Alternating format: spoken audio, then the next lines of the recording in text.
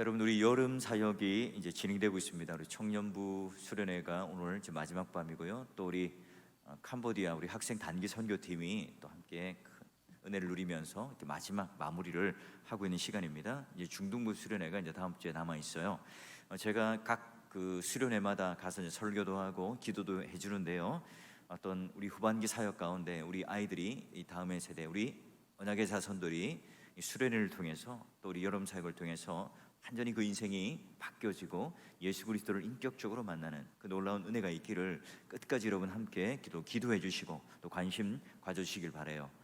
여러분, 우리가 이런 기도라고 하는 것 생각해 볼 때 우리 신앙의 연수가 더해 간다고 기도가 저절로 느는 게 아니죠. 기도의 질, 기도의 양, 이런 것들은요, 기도라고 하는 것을 또 배워야 합니다. 여러분, 훈련해야 하는 거예요. 어떤 우리의 성경에 있는 믿음의 선배들을 보고 배우기도 하고요. 이렇게 이제 금요 기도회와 같이 기도의 자리에 와서 우리 믿음의 선배들, 앞선 우리 신앙의 선배들이 어떻게 기도하는지, 어떻게 하나님께 간구하며 부르짖고 응답받는지를 현장에 와서 배워야 하는 거예요. 그래서 여러분, 이 기도라고 하는 것은 이 주일학교 때부터 어릴 때부터 이런 기도의 현장에 와서 몸으로 익히고요, 또 눈으로 익히고 현장의 영성으로 이제 익히는 게, 그 경건을 익히는 게 바로 기도의 훈련인 거예요.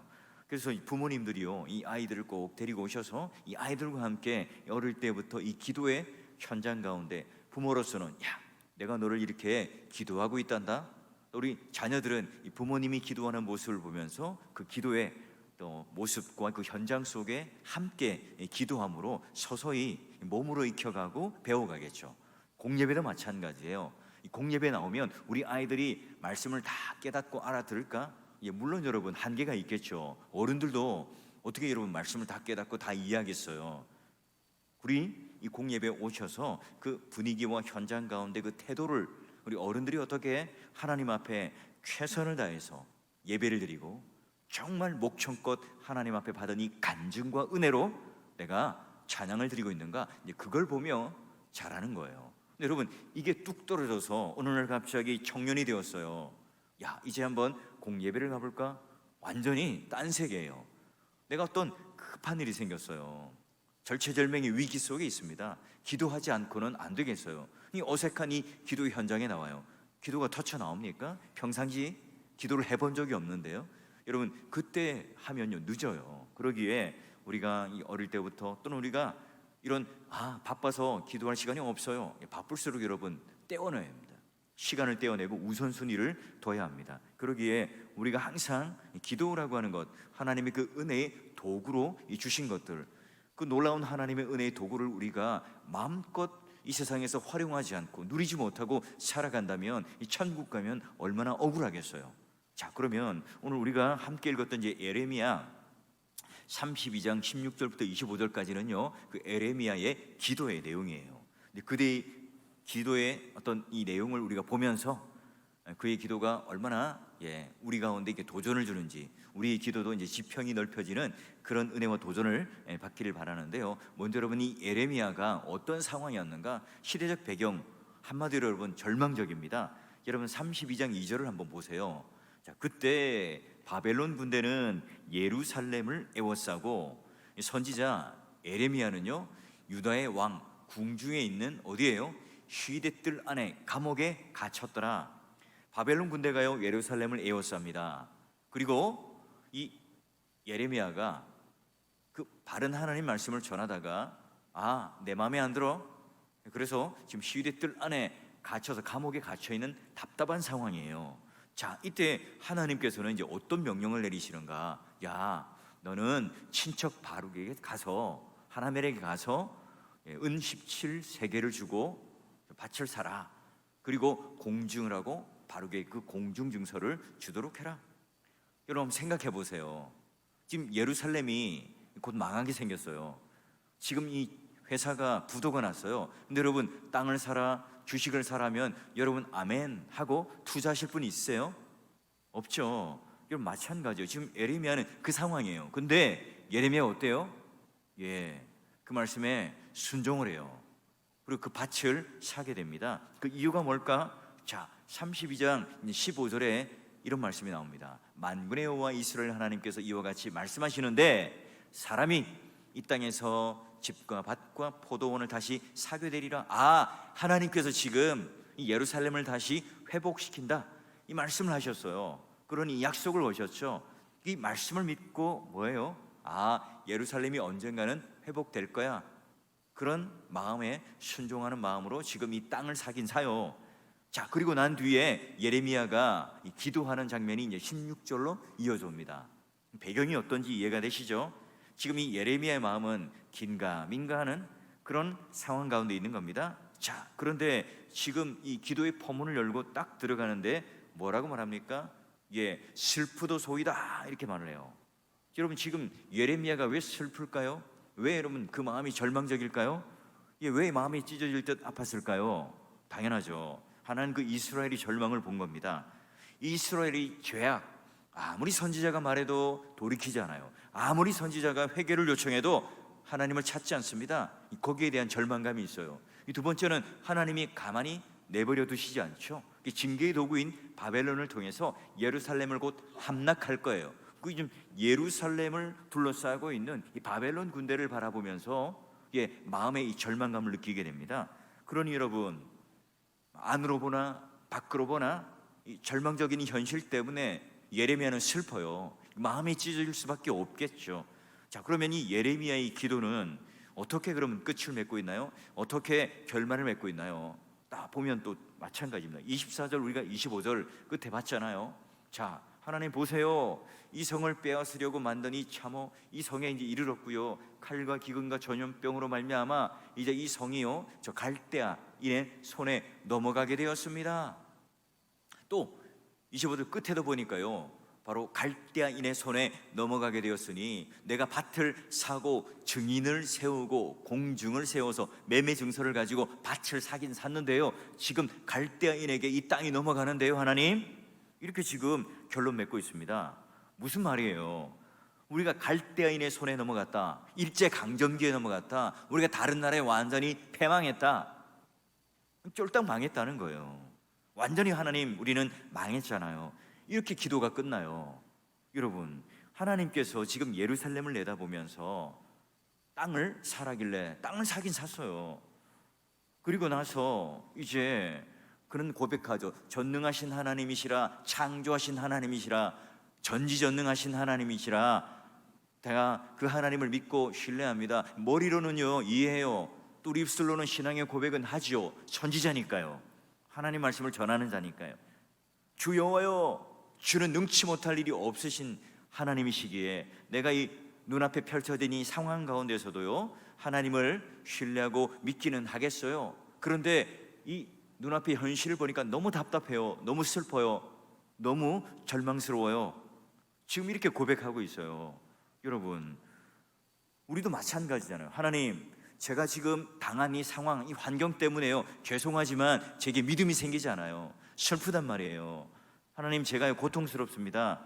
제 마음이 기쁨이 없습니다. 하나님, 제 조금 남아있는 이 믿음조차도요, 그 믿음이 작동하지 않고 그 믿음이 능력을 발휘하지 않아요. 하나님, 어떻게 된 겁니까? 여러분은 그런 적 없으세요? 지금 예레미야가 그런 기도를 하고 있다고요. 예레미야가 지금 그 현실, 고통스럽고 절망스러운 이 현실이 있어요. 그는 또 선지자로서 말씀을 잘 알아요. 또한 그 믿음의 고백이 무엇인지를 잘 알죠. 하나님이 어떤 분이신지를 잘 압니다. 근데 이 현실의 고통과 지금 내가 알고 있는 하나님과 이 신앙과의 이 괴리감, 이 거리감, 이게 지금 좁혀지지가 않아요. 그러니 뭐래요? 예레미야는 지금 기도를 해요. 여러분, 이 예레미야의 기도를 보면서 우리가 좀 실망스럽지 않아요? 선지자잖아요. 우리보다 훨씬 뛰어난 믿음과 말씀의 깨달음을 가지고 있는 선지자잖아요. 그러면 그 위대한 선지자, 믿음이 있는 선지자, 신앙의 실력이 있는 선지자, 평소에 얼마나 하나님께 기도를 많이 했겠어요? 그러면 이런 상황 속에서도 그냥 하나님께서 말씀하시면 제가 믿겠습니다. 하나님, 제가 아멘 하겠습니다. 하나님, 그래요, 우리를 고쳐주시고 회복시켜주시고 완전한 승리를 주시겠죠. 갈대아인도 무너뜨리고 오늘 하나님께서 땅 사라고 하셨으니까 몇 배의 값어치가, 이 가격이 올라가는 그 일들이 생기겠죠. 하나님, 그런 희망적인 마음을 가지고 하나님 앞에 기도해야 되는 것 아니겠어요? 근데 그렇지 않아요. 눈앞에 있는 이 고통스러운 현실, 이 가감 없는 그대로 하나님 앞에 토로하고 하나님 앞에 내어 쏟으며 또한 슬프도소이다 눈물을 흘리며 하나님 앞에 지금 내 마음속에 있는 모든 것들을 쏟아내고 있는 거예요.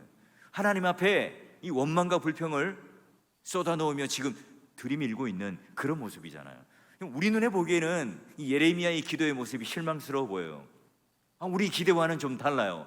선지자라면 좀 뭐가 달라야죠.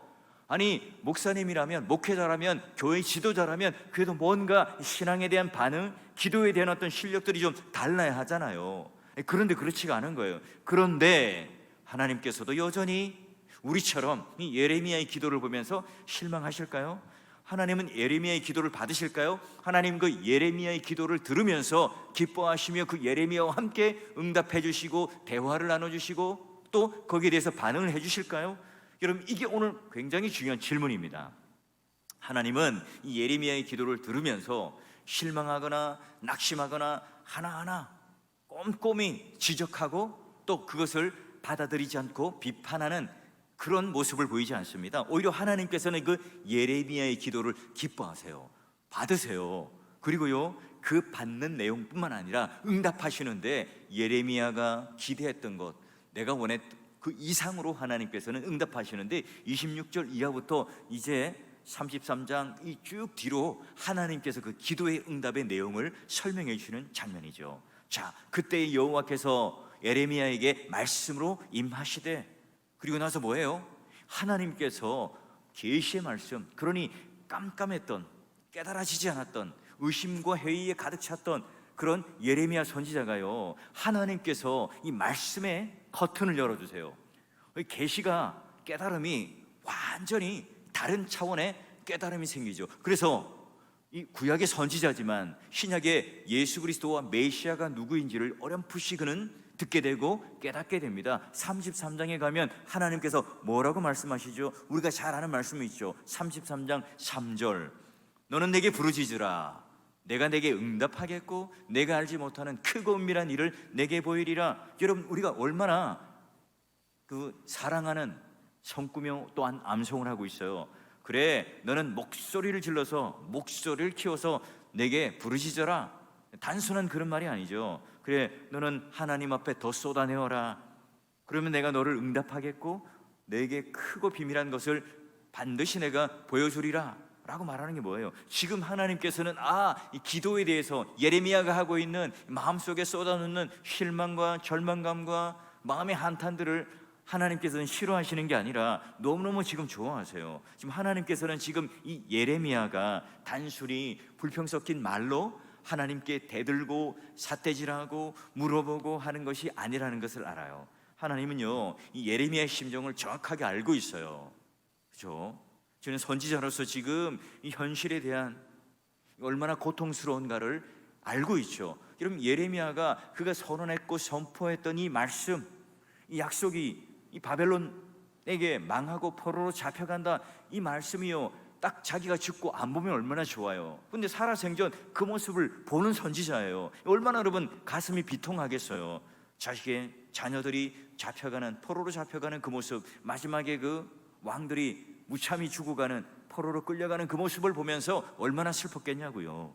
그러기에 지금 이 예레미야가 하나님 앞에 쏟아붓고 있는 이 기도는요, 정직한 기도죠.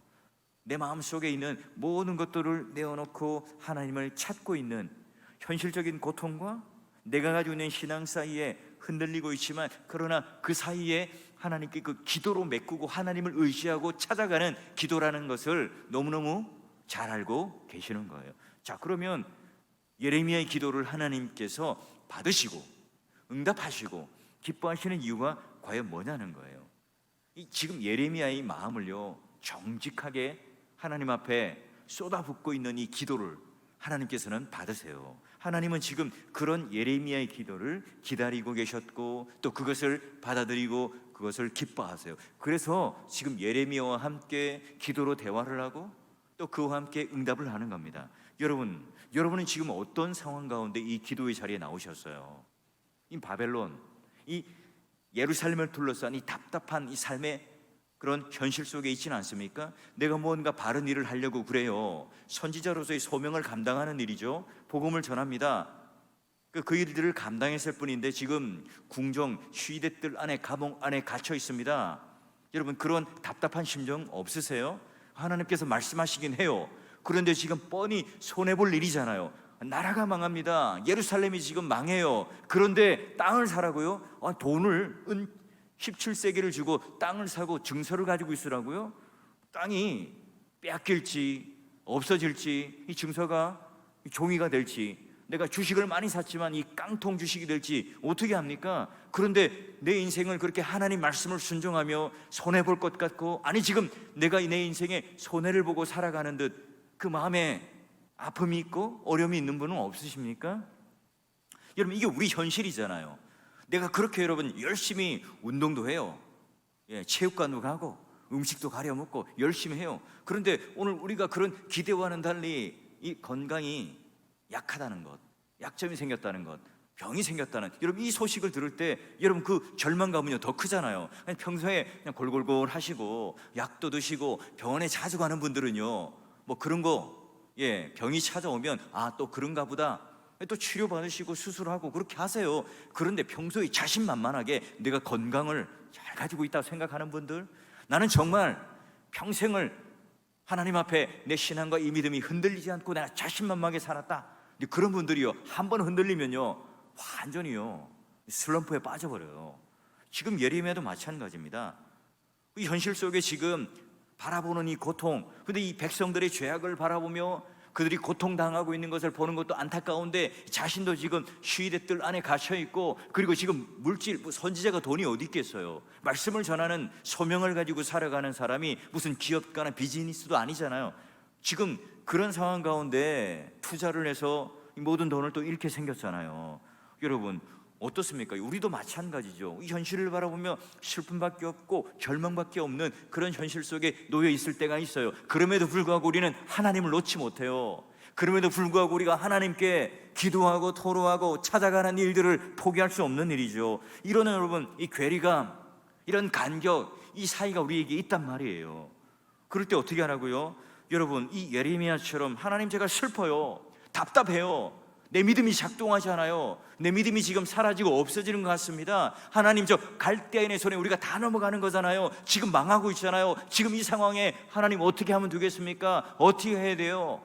여러분 이게 선지자의 기도라고요. 이게 지금 하나님 앞에 내 마음을 속이지 않고 위선을 떨지 않고 포장하지 않고 하나님 앞에 정직하게 나아가서 쏟아붓고 있는 기도입니다.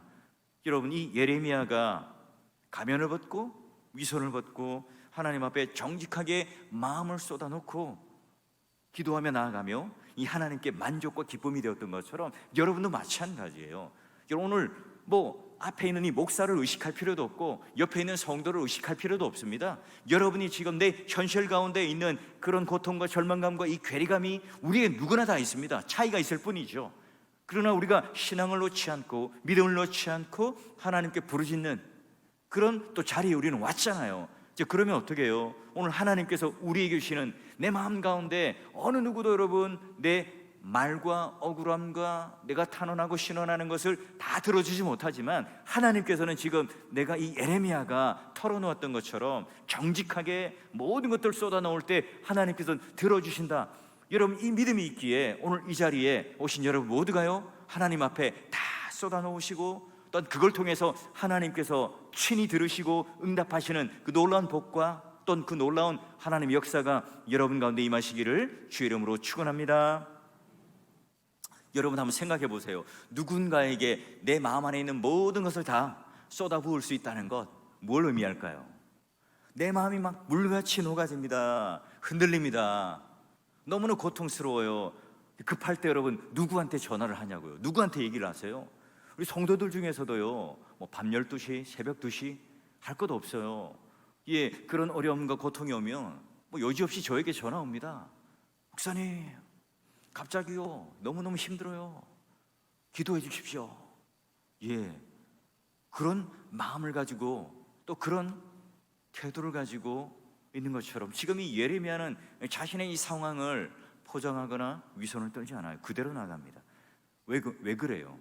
그 기도를 들어주시고 내가 불평과 원망과 하나님 앞에 쏟아놓는 이거 자체가 믿음 없음이 아니라 하나님께서 그 모든 것들을 주관하시고 역사하시고 인생의 주인 된다는 사실을 알기 때문에, 그분이 누구인지를 정확하게 알고 있기 때문에 그렇게 지금 하나님 앞에 나아가고 부르짖고 있고, 또한 통곡하며 소리내어 그 품에 안기고 있는 것 아니겠어요? 여러분 한번 보세요. 17절부터 21절 쭉 보게 되면 그가 그렇게 할 수 있었던 이유가 뭐냐? 하나님을 전적으로 신뢰하는 기도를 했기 때문에 그래요. 누구냐? 17절 슬프도소이다 이렇게 가지만 하나님이 어떤 분이에요? 주 여호와는 큰 능력과 표심팔로 천지를 창조하신 하나님이에요. 주에게는 못하실 일이 없다. 18절 크고 능력이 있으신 하나님이다. 그 이름은 만군의 여호와이다. 19절 주님의 그 책략 그리고 하시는 일은 능하시며 모든 인류의 길을 주목하시고 여시는 분이다. 20절 주께서 애굽 가운데 출애굽하는 가운데 표적과 능력과 기사를 행하신 분이다. 편파를 가지신 분이고 이 조상들에게 약속의 땅을 말로만 하신 것이 아니라 성취하시고 그것을 그들에게 선물로 주신 하나님이다. 여러분 이 사실을 알고 이 하나님 앞에 고백하죠. 이건 여러분 예레미야가 하나님 앞에 하고 있는 신앙의 고백이자 지금 기도예요. 하나님이 누구이신지 정확하게 고백하죠. 선지자답게 구약에 있었던 그 구원의 역사, 하나님이 열심히 어떻게 우리 믿음의 선배들을 사랑하고 지금 우리들에게 이 사랑을 베풀어 주신 하나님인가를 정확하게 알고 있어요. 창조의 하나님, 만군의 하나님, 전지전능하신 하나님, 그리고 이스라엘을 출애굽하고 또한 가나안 땅에 약속한 땅에 이르게 하신 그 하나님이라는 사실을 고백하고 있어요. 알죠? 지금 그 하나님이 여전히 우리의 하나님이 되셔서 하나님이 저에게 하신 이 말씀이 하나 추워도 없이 다 성취되고 완성된다는 사실을 그도 지금 믿고 있기에 하나님 앞에 전적으로 드리는, 그리고 하나님 앞에 나아가고 있죠. 여러분 우리 속에 있는 거 아무에게나 얘기하지 않잖아요. 여러분 지나가는 아저씨나 아주머니 붙들고 내 안에 있는 속사정을 얘기하면요, 그분들이요 다 도망갈 거예요. 미친 사람 아니야? 라고 취급을 할 수도 있어요. 여러분 내 마음속에 있는 걸 다 쏟아부을 수 있다, 내 속사정의 이야기를 다 할 수 있다, 그만큼 그분을 신뢰하는 거예요. 그만큼 나보다 더 큰 능력을 가지고 있다는 사실을 믿는 거죠. 마치 젖먹이 아이가 엄마 품에 딱 안기면 젖을 달라고 앙하고 울고 떼를 쓰는 것처럼 지금 이 예레미야는 하나님 품 안에 안겨서 하나님 앞에 내 모든 심정을 토로하며 내 마음의 슬픔과 이 절망을 다 내어놓으며 하나님 앞에 달려가고 있어요. 그리고 그 하나님이 또 누구이신지를 정확하게 알고 있기 때문에 가죠. 하나님 당신 외에는 없습니다. 하나님 한 분밖에 없어요. 내가 누구를 믿고 내가 누구에게 지금 내 마음의 심정을 토로할 수 있겠어요? 제가 당신만 붙들겠습니다. 하나님만 붙들겠습니다. 여러분 이 적극적인 태도가 뭐예요? 내 모든 이 심정을 쏟아붓고 나아가는 기도고, 하나님이 전능하신 하나님이라 전적으로 그분을 신뢰하며 드리는 기도의 내용이죠. 여러분 하나님 앞에 짐을 많이 가지고 나왔어요. 내가 하나님 앞에 내어놓고 쏟아놓을 게 많아요. 내 마음에 있는 이 절망과 고통이 너무나 많습니다. 하나님 제가요 이런 관계의 어려움도 있고요, 이런 물질의 어려움도 있고요, 내가 이런 어떤 장애물과 어려움들이 있습니다. 내가 세상에 나가면 이런 자신감도 없고 이런 허물과 약점이 많고요, 또 내가 이렇게 마음에 그런 때로는 만족이 없는 화가 나고 원망과 많고요, 이런 상처와 열등감이 많은데 아직 치유가 되지 않는 것 같아요.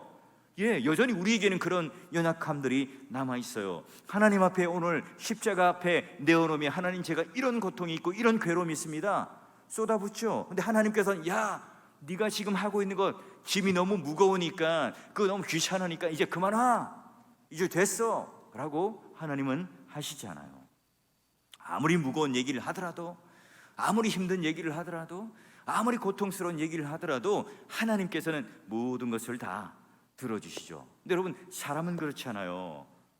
하나님은 모든 것을 다 들어주지만 사람은 그렇지 않죠. 자, 그러면 지금 우리가 이 예레미야의 기도의 태도를 보면서 두 왕을 한번 비교해 봅니다. 이사야에 나오는 두 왕인데요, 먼저 여러분 아하스 왕이라고 하는 인물을 보면, 자 이사야 7장에 보면 북이스라엘의 아하스 왕, 그리고 아람과 손을 잡아요.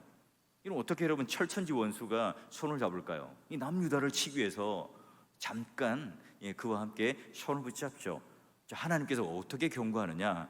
이사야 7장 11절 보니까 나는 내 하나님 여호와께 한 징조를 구하되 깊은 데에서 높은 데에서든지 구하라 하시니.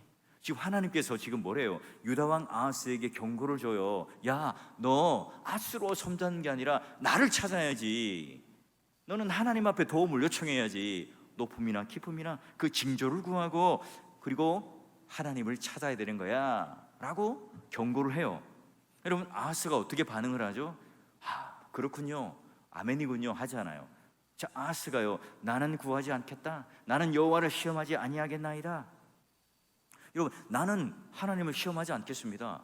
뭔가 믿음 있는, 결기가 있는 하나님 앞에 징조를 구하지 않겠습니다. 이게 어떤 신앙의 결단을 말하는 것처럼 보이잖아요. 여러분, 이 고백만 보면 그래요. 그러나 자기의 믿음을 포장해요. 지금 하나님은요, 관심 없어요. 관심 없어요. 눈에 보이는 이 아스루 왕과 손붙잡고 지금 이 남유다를 집어삼키기 위해서 지금 거기에 지금 마음이 다 가 있어요. 그러니 하나님을 찾을 생각도 없고 하나님께 구하거나 기도할 생각도 없어요. 하나님을 의지할 생각도 없다고요.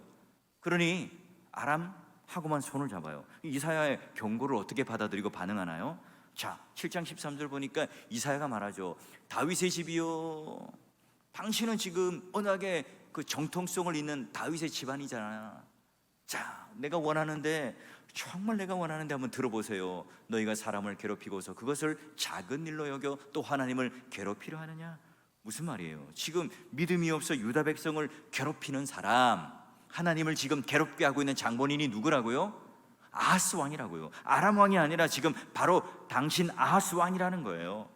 하나님을 괴롭게 하는 게 뭡니까? 아하스 왕이요, 애초에 믿음이 없어요. 하나님을 찾을 마음도 없습니다. 그냥 아람 왕과 손잡고 유다를 깨트리고 부시고 내가 이것을 먹는 것밖에 관심이 없어요. 이걸 보는 하나님의 마음이 너무나 답답하죠. 이걸 보고 있는 이 백성들의 마음의 상처가 너무나 큰 거예요. 자, 하나님은 그러면 저 답답하고 너무 힘들고 징조를 구하라고 하는 그런 이사야의 경고를 딱 들었으면 좋겠는데, 징조를 구할 이 믿음조차 없는 이 아하스 왕을 보면서 얼마나 하나님 마음은요 답답했을까요? 여러분, 하나님께서 예레미야 마음처럼 하나님 제가 너무나 슬퍼요, 답답해요, 하나님 제게 땅을 사라고요?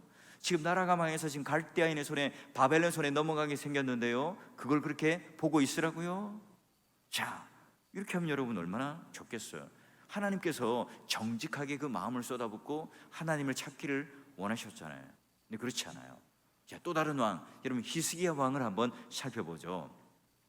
자, 이사야 38장 3절에 보니까 뭐예요? 그가요 심히 통곡합니다. 죽을 병에 걸리고 심히 통곡하죠. 하나님, 제가요 해산하는 산모예요. 근데 해산할 때가 되었는데 힘이 없어서, 해산할 힘이 없어서 아이를 못 낳게 생겼습니다. 하나님, 죄송하지만 하나님께서 지금 나에게 원하시는 것 무엇인지 알지만 내가요 그럴 만한 힘이 없어요. 내가 그럴 만한 믿음이 없어요. 내가 그럴 만한 실력이 없다는 거 하나님 아시죠? 라고 통곡하며 심히 울며 하나님 앞에 나아갑니다. 히스기야 왕은요 지금 자기가 가지고 있는 이 체면을 다 내려놓습니다. 하나님 앞에 정직하게 울며 기도하고 있어요. 하나님, 백성이요 하나님 앞에 절대로 놓지 말아야 할 무기가 뭘까요? 우리의 마음을 쏟아서 하는 기도예요. 히스기야 왕은요 지금 하나님 앞에 자기의 믿음 없음을 고백하고 자기의 실력 없음을 정직하게 고백하여 통곡하죠. 그래요, 기도하러 가는 사람, 하나님과 대화를 하러 가는 사람들은 뭐예요? 이 세상에 있는 모든 것들을 내려놓아야 되겠죠. 내가 힘을 가지고 있는, 힘을 쥐고 있는, 손에 쥐고 있는 것들을 내려놓고요, 그 모든 염려와 믿음과 걱정들을 내려놓고 쏟아붓고 하나님께 전적으로 매달리고 하나님의 손을 붙잡을 때 바로 하나님께서는 역사하시는 거예요. 여러분, 히스기야의 그 기도를 들으시는 하나님은요 어떻게 반응을 하세요? 38장 5절. 자, 보니까 너는 가서 히스기야에게 이르기를 내 조상 다윗의 하나님 여호와께서 이같이 말씀하시기를 내가 하나님 너의 기도를 들었다. 히스기야 왕의 기도를 들었다. 그리고 내 눈물을 보았다. 그리고 너는 15년의 생명을 더해 줄 거다. 여러분, 얼마나 멋집니까? 나는 너의 기도를 들었다. 너는 내 눈물을 들었다. 여러분, 이것보다 더 정확한 하나님의 그 기도의 응답과 반응, 여러분, 이것보다 우리가 기도에 대한 그 놀라운 은혜와 기쁨이, 만족이 있겠습니까? 여러분, 이런 기도의 응답을 받았다면 그 인생에 있어서 여러분 얼마나 하나님의 영광을 목도하며 내 신앙에 대한 기쁨과 영광이 넘치겠어요. 여러분, 이 아하스 왕과 히스기야 왕의 결정적인 차이가 뭘까요? 그래요, 예레미야도 마찬가지예요. 그 예레미야도요, 하나님 말씀을 듣고 밭을 사요, 땅을 사죠, 순종은 했어요. 그러나 그 온전한 믿음의 마음과 순종의 마음이 들지 않는 거예요. 그래서 하나님 앞에 기도를 합니다. 예루살렘이 함락되고요, 바벨론에게 망하게 생겼는데 이게 지금 맞는 겁니까 하나님? 그 하나님의 의도를 완전히 아직 이해한 건 아니에요. 그러나 예레미야의 기도는 어때요? 자신이 이해할 수 있는 이 하나님 말씀, 이거 대하여 의문을 제기합니다. 그래요, 하나님께 따지죠. 그러나 그런 현실의 고통, 내 신앙의 고백과 내 신앙의 모든 모습과는 이 괴리감이 있지만 그 괴리감을 뭘로 채웁니까? 하나님을 버리고 이 세상에 있는 것을 붙잡고 아람 왕을 붙잡는 게 아니라 하나님을 붙잡아요. 하나님께 기도하죠. 그럴 때 여러분, 그 괴리감이 좁아지고요, 그 간격이 좁아지는 거예요. 그래서 오늘 이게 바로 오늘 기도의 세계고, 우리가 하나님 앞에 히스기야나 예레미야가 겸손하게 무릎을 꿇고 눈물로 통곡하며 기도하며 나아갔을 때, 그래 내가 너 기도를 들었다, 내가 내 눈물을 보았다 하시며 하나님께서 맞장구를 쳐주시고 그 기도의 응답을 들어주시는 거죠. 자, 우리는 왜 하나님의 뜻을 알기를 주저할까요? 하나님의 그런 속성과 하나님의 위대하심을 아는 것을 왜 우리는 두려워할까요? 하나님의 뜻을 알면 할수록 내 뜻을 꺾어야 돼요. 내 것을 내려놓아야 돼요. 하나님의 계획과 내가 원하는 나라와 또 내가 원하는 방향과는 다르잖아요. 아하스 왕도요, 들었죠. 이사야 선지자로부터 들었습니다. 그렇게 해서는 안 된다는 것, 아람 왕을 버리고 하나님을 붙잡아야 된다는 것 듣긴 들어요. 그러나 그것을 선택하지 않잖아요. 자꾸 여러분, 하나님 뜻을 내가 붙잡으려면 내가 자꾸 없어져야 돼요. 내가 작아져야 합니다. 나를 버려야 하기 때문에 그래요. 그러니 여러분, 오늘 우리가 이 예레미야의 기도, 히스기야의 기도처럼 그런 기도의 향연 가운데 들어가기 위해서 가장 큰 장애물이 뭘까요? 나죠, 나예요. 여러분, 오늘 이 시간 우리가 이 예레미야처럼 흔들리는 믿음, 또한 절망스러운 현실, 이 두 사이의 간격과 이 괴리감 속에 우리는 흔들리며 이 자리에 나왔을 수 있습니다. 우리 형편과는 상관없이 우리 인생 가운데 하나님께서 역사하시면 어떤 일이 일어날지 몰라요. 근데 여러분, 우리가 하나님 앞에 나왔을 때 위선, 포장, 이거 우리가 다 가리울 필요 없어요. 완전히 우리가 무장해제를 하고 하나님 앞에 쏟아놓는 기도, 마음을 쏟는 기도, 이 정직한 기도를 함으로 말미암아 내 처지, 내 의심, 내 흔들리는 모습까지도 하나님 앞에 내어놓을 때 어떻게 됩니까? 하나님께서 치유해 주세요. 하나님께서 그 말씀을 통하여 계시를 열어주시고 말씀의 빛을 열어주셔서 우리가 의심했던 것, 흔들렸던 것을 다시 견고하게 우리를 붙들어 주세요. 그리고요, 이제는 그분을 향하여 기도하는 가운데, 우리가 정직하게 하나님 앞에 나아가는 가운데, 와, 그분이 바로 창조의 하나님이고 전능의 하나님이고 구원의 하나님이고 이스라엘 백성들을 출애굽하고 가나안 땅에, 약속의 땅에 안착하게 하신 그런 하나님이라는 사실을 알죠. 그래서 하나님은 세상의 왕처럼, 세상의 정치가들처럼 시건하거나 거짓말하는 사람이 아니라 그가 말씀하신 것은 하나도 땅에 떨어지지 않고 약속의 말씀으로 성취하시는 하나님이다. 그 사실을 깨닫고 내 마음 가운데 이제는 강력한 믿음, 견고한 믿음이 생기게 돼요. 우리가 상상을 뛰어넘는 하나님의 역사를 기대할 수 있고 부르짖을 수 있고 그 기도의 용량과 그 모든 것들이 다 커지게 되어 있습니다. 믿음의 동역자 여러분, 오늘 이 기도의 자리에 나오셨죠? 우리 모두가 다 똑같습니다. 아무리 여러분 뛰어난 선지자일지라도, 예레미야나 또 뛰어난 왕 히스기야 왕일지라도 다 여러분 이 어려운 현실 앞에서는요 울어요, 통곡해요, 흔들려요. 그게 우리 현실이라고요. 그게 오늘 우리의 실존이에요. 그러나 여러분, 하나님을 향하여 정직하게 내어놓는, 쏟아놓는 이 기도를 통하여 하나님이 누구이신가를 명확하게 우리가 깨닫고 이해하면 하나님을 향한 기대가 커져요. 하나님께서 오늘 우리를 다루시는 그 기도의 응답을 어떻게 하실까에 대한 그 기대감과 소망으로 이 기도의 내용들이 이제 바뀌기 시작합니다. 하나님을 전적으로 신뢰하고요, 여러분, 우리가 하나님 앞에 이 기도를 통하여 우리가 가지고 있는 그 기대와 상상력 이상으로 하나님께서 우리에게 응답하여 주시고 우리를 고쳐주시고 우리를 새롭게 하실 그 하나님을 기대하시고, 오늘 이 밤 하나님 앞에 그런 간절한 기도와 함께 내 마음을 정직하게 하나님 앞에 쏟아놓는 기도로, 하나님이 누구이신지를 아는 기도를 통하여 하나님께 그 모든 내 인생 가운데 고침이 있고 회복이 있고 그런 부흥의 역사가 있는 그런 기도의 시간, 그런 기도의 자리가 되기를 주의 이름으로 간절히 축원합니다.